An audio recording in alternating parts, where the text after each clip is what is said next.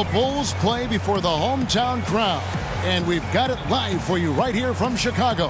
I'm Kevin Harlan, along with Greg Anthony and Brent Barry, our terrific analysts, and David Aldridge is our sideline reporter. Looking at Chicago, they want to turn it around after that loss to the Cavs in Cleveland. And that does your confidence guys no favor. They got manhandled in that one. It wasn't. Right now, Brent, so much ball movement is perimeter based, but as defenses have adjusted, do you think we'll see more offense run through the post again like we did before? I think what we're seeing, Kevin, is that post-up play is being redefined by more guards, more guys who draw attention down there on the block. And that's the way these shifts are happening. The offense right now in today's NBA is so far ahead of what defensive concepts have taught you for years that the post-up game, it'll be a few years before we get back to dynamic post-play. I find that comment you just made fascinating, that it's that much advanced over the defense now. Yeah, because think about it, Kevin. For years and years, you've had coaching staffs and film guys talking to you about the basic qualities of a defense, and that is rim runs for the big, getting back into the paint, and building your defense out. You do that today, you're at a disadvantage on most every possession. Yeah, another nice bucket down low. They've really been able to work the ball into the post effectively here so far. There's a screen. It's up a three. The shot's good on the assist by Schroeder. 6 points for Prince. And off to an incredible start here early from long range. And Vonleh has it in the corner. Back to Grant.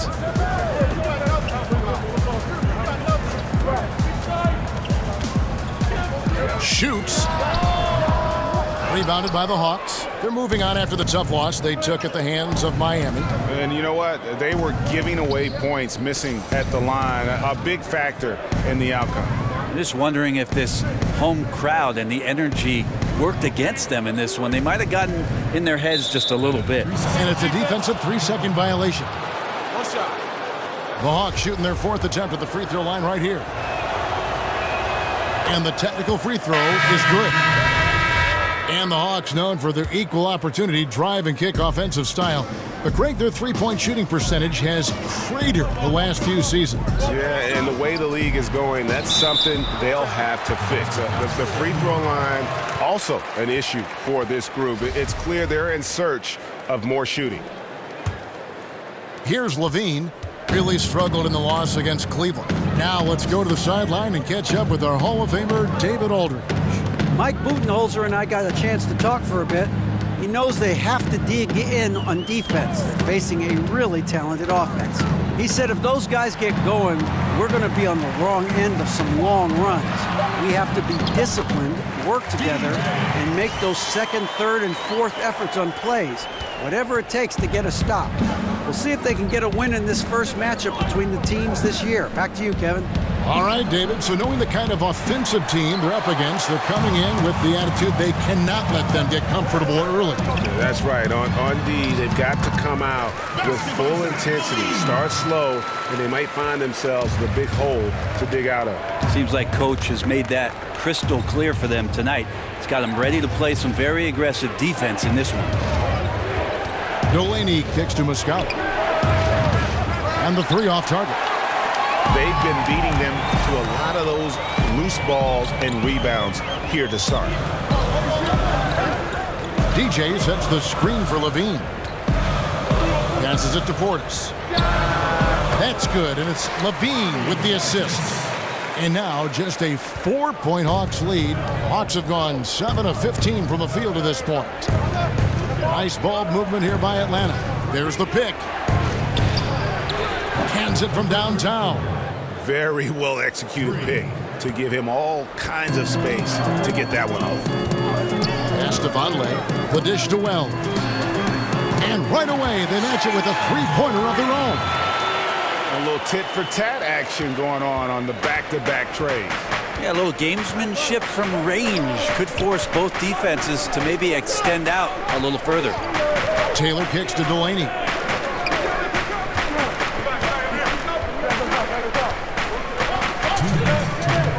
Down to 5 on the shot clock. From deep. Rebound collected by Levine. And that's a clean shot, too. You got to sink those. He must be disappointed that he blew that chance. Atlanta leading by 4.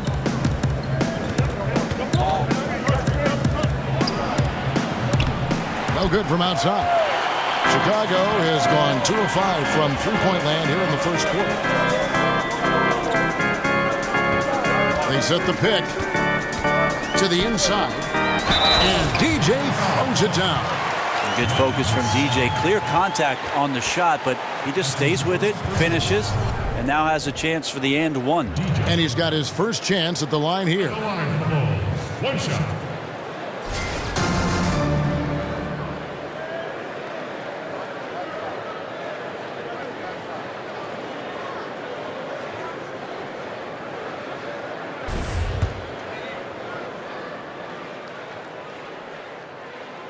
You know DJ's hearing that music in his head each and every time he's up there by himself on the free throw line. Taylor dishes to Muscala. Here's Delaney. He's coming off a 10-point game against Miami. Plumlee with the screen to the middle. And the layup's good off the glass. And the Hawks lead by 3. And that's how you set up your teammates. Done with a little bit of flair. Bean passes to DJ. Out to the wing. Outside Levine. Here's the screen.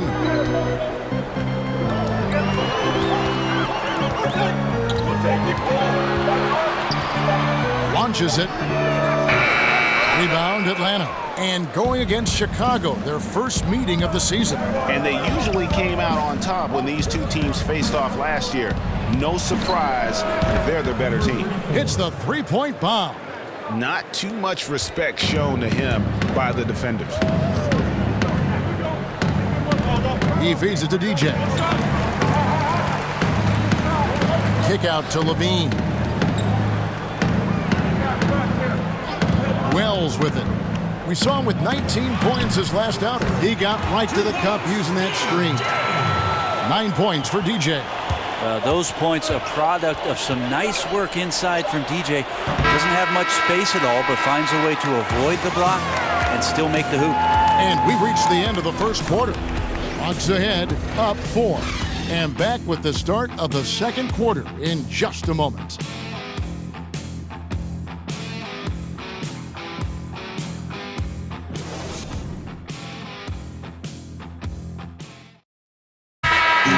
It's a close game as we wrap up the first half of... And it's been a back-and-forth game so far with no ground given through the first. Third quarter starting here now.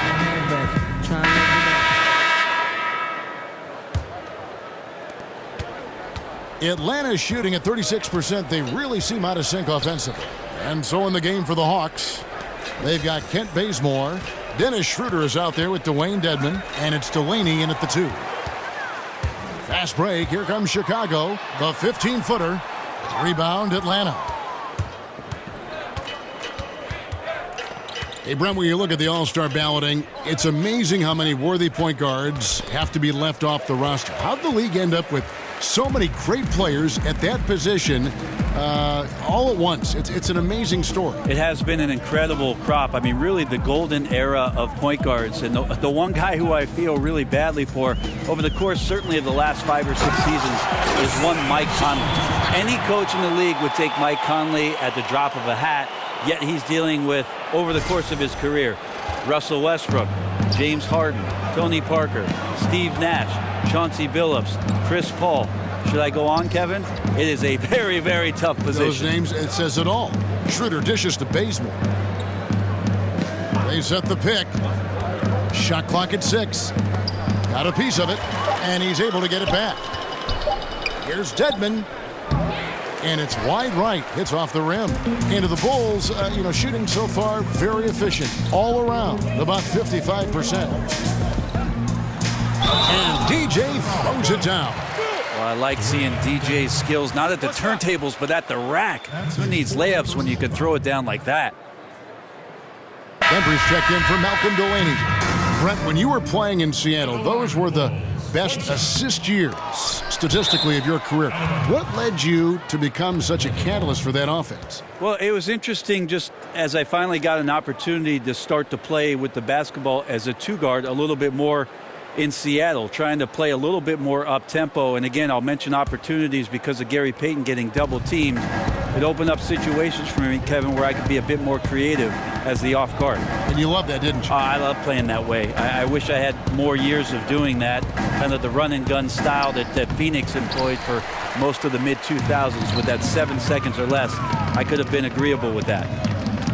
The dish to DJ. Vonleh down low. We're about 2 minutes into the fourth quarter in this one. Now here's Valentine. Defense right on him. The second chance effort. And he could not get that one to go. A lot of contact, and he'll go to the line for two. Well, Noah Vonleh was the 9th pick in the 2014 NBA draft coming out of Indiana, and he was a one-and-done at the university. It was understood that it might take some time. You think about it, at his age, his 4th year already in the NBA. So I think if he keeps his confidence and keeps getting these chances, at some point it's going to turn for him. This could be the year. Lee's checked in for Atlanta. A 5-star recruit coming out of high school. Vonleh was the 9th overall pick in that highly anticipated draft class of 2012. Offensive rebound. Here's Schroeder. That doesn't go either for Schroeder. Well, the D looks like they're laying off just a little bit. He made 1 3 in the first half, but they're still daring him to shoot, and he can't make him pay for it. DJ passes to Kilpatrick. They set the pick. And the shot is good, dropping in off the front of the rim. Kilpatrick's got 4 points this quarter. And Vonleh acquired by the Blazers in exchange for Nicholas Batum. Brent, you talk about expectations? That'll bring some. Well, Vonleh has shown some potential. I think the one thing is that he probably felt coming into the league that he wanted to be a 20-10 guy and try and dominate offensively. It's not worked out that way. And so you think about a young player making that kind of mental adjustment to be a bit player, play his role, and then find confidence. It's a tough thing to do, but he's making those strides now. Payne kicks to Vonleh. Dedmon with the block. You've got to respect the wingspan that time of Dwayne on that end. Look, you go up like that and you're dead man. Miles Plumlee's checked in for the Hawks. Taylor comes in for Dennis Schroeder. And we're about 3.5 minutes into the fourth quarter. Just 5 on the clock. Now here's DJ. He's covered closely, and they turn over the 24-second buzzer, signaling the shot clock violation. NBA official, NBA referee, Brent, asked you one of the toughest jobs in the world. There's been a lot of talk about adding an official to the court. Would that make a difference? You know, I'm thinking, Kevin, that's like asking 4 of my buddies to add a 5th guy to go out and they're all single. That means there's another guy I got to compete with. So maybe we don't have another set of eyes on the NBA game. Lots of physicality, lots of pushing and shoving. You may see more foul calling, which will slow down the tempo and the rhythm of the game. I'm not sure that's the best idea for the league. So then adding the Secaucus and the extra eyes in New York to look at calls, I think that might take the place of adding the official. I think the league has done a great job, Kevin. Having Secaucus now have the ability to make some of those calls to help speed up what we do with regards to the replay. Wells, he's checked in for Chicago. Atlanta's gotten off to an 0-for-2 start from downtown here in the fourth quarter. Lee outside. Here's the screen. Back to Taylor. Shoots over Payne. Taylor's shot good. Coaching staff high-fiving themselves there, watching that team move the ball around, doing whatever is best for the team. Now here's Payne. Tight defense on him. Here's Kilpatrick. And he got the whistle, so he'll have a 3-point play opportunity. Well, if it ain't broke, don't fix it. They keep getting it in the paint and continue to score consistently. And Coach Mike Budenholzer, a product of the San Antonio coaching tree, learned a lot in his decade-plus as a lead assistant under Greg Popovich. Well, I think one key for Mike Budenholzer is that he understands that the importance of the assistant coaching staff can really elevate the level of play for the basketball team, and that each of those coaches has an open door policy. You can walk in, you can have a conversation, you can gripe a little bit, and then try to build on something so that the team ends up better off because of those open lines of communication. Hawks passing it around. The stupendous finish in traffic. Oh, tough play. Boy, did he have to fight to get that one to the rim. Payne kicks to Wells. Now here's Payne. He's guarded closely. Played in with a nice touch off the glass. Payne's got 8 points here in this quarter. Every time they get scored on during this run, it's come from inside the paint. Lee kicks to Taylor. Picked by Lee. Here's Bembry. To the inside. Deflects the pass. And stolen by Payne. Jacks up a three. The shot by Wells, no good. Atlanta shooting 33% for the night. That's a big thorn in their side right now. Got a piece of it. Here's Taylor. Lays it up off the glass. Yeah, the D has not been able to keep the ball out of the paint at that end of the floor. Payne kicks to Wells. Back to Payne. Brent, if your team won't be competing for a championship, talk about the balance between giving your first-round picks or young players the playing time they need to develop against making them earn their minutes. That's a very fragile movement back and forth. I agree, Kevin. Such a tight rope to walk because you don't want to upset veterans on your team who still want to go out and compete on a nightly basis. And you also want to make sure that your rookies just aren't opening the door for them to go out and do whatever it is they want to do on the floor because of your team's situation. So I think that's where the communication between the coach and the staff and how it is that the player is developing, you just don't dole out the minutes for that player's progression. Taylor kicks to Plumlee. Lee outside. Pass to Taylor. Screen by Lee. Here's Bembry. 6 to shoot. From deep. And it's DJ with the rebound. DJ's got 6 rebounds in the game. The shot by Wells, no good. Here's Bembry. He kicks it to Taylor. He feeds it to Plumlee.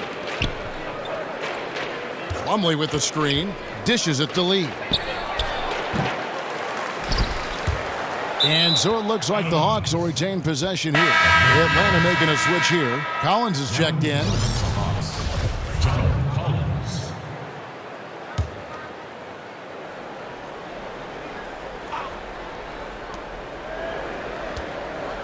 Feeds it to Taylor. And the pass to Collins. Almost, but it rolls out. No doubt disappointed with that one. He'd love to have that one back. Yeah, I'd put that play on repeat. The setup was perfect. Just need a better result next time. Wells in the corner. Hits it from three-point range. And you can see the play calling this half. Another one from distance. And no question, it looks like they've rented out room along the perimeter in this ball game, and they're likely to keep doing this until the defense makes an adjustment. Screen by Lee. Got a piece of it. And stolen by Payne. Wells in the corner. Second shot opportunity. And it's DJ missing. They've been a little too casual with the ball out there. Yeah, but you can't force that square peg into the round hole. Oftentimes, you just got to make that first simple pass and get a rhythm from that. Payne in the post. Taylor's there. Payne kicks to Wells. Clock at 4. Beyond the arc. Tries again. Back to Payne. There's the pick. Inside. Plumlee with the steal. And now here's Lee. The fast break opportunity. Can't cash in from close range. You know, not sure if it's him or the defense, but just something's off tonight. Well, something in this frame for sure, but when you're out of rhythm, sometimes it's better to play the role of being the facilitator. Clock at 6. Here's Kilpatrick. To the left wing. Rel's wide open. Drops in the tray. Boy, this final period, they are putting up a ton of shots from deep. Yeah, and making them. Once you get into this kind of rhythm with the 3 ball, it is so difficult for the defense to do anything about it. Taylor dishes to Collins.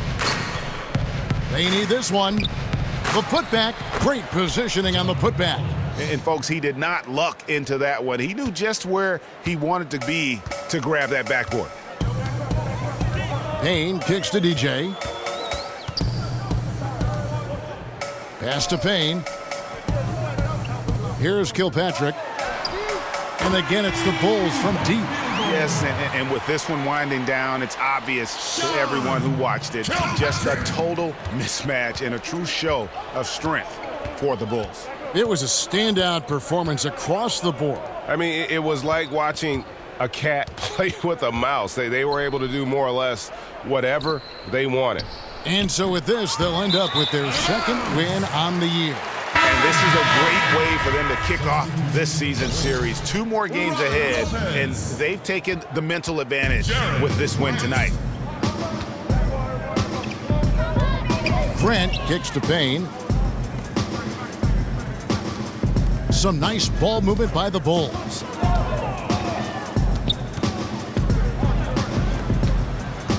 Down low.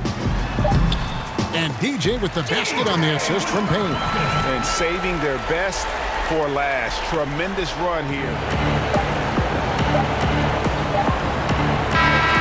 And so Chicago takes this one, and by a big margin.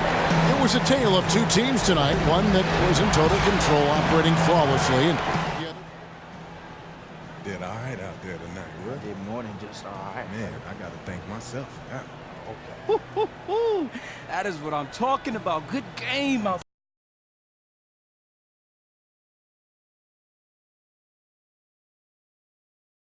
That's exactly what we've been talking about, right? Look, everybody loves the FGAs, the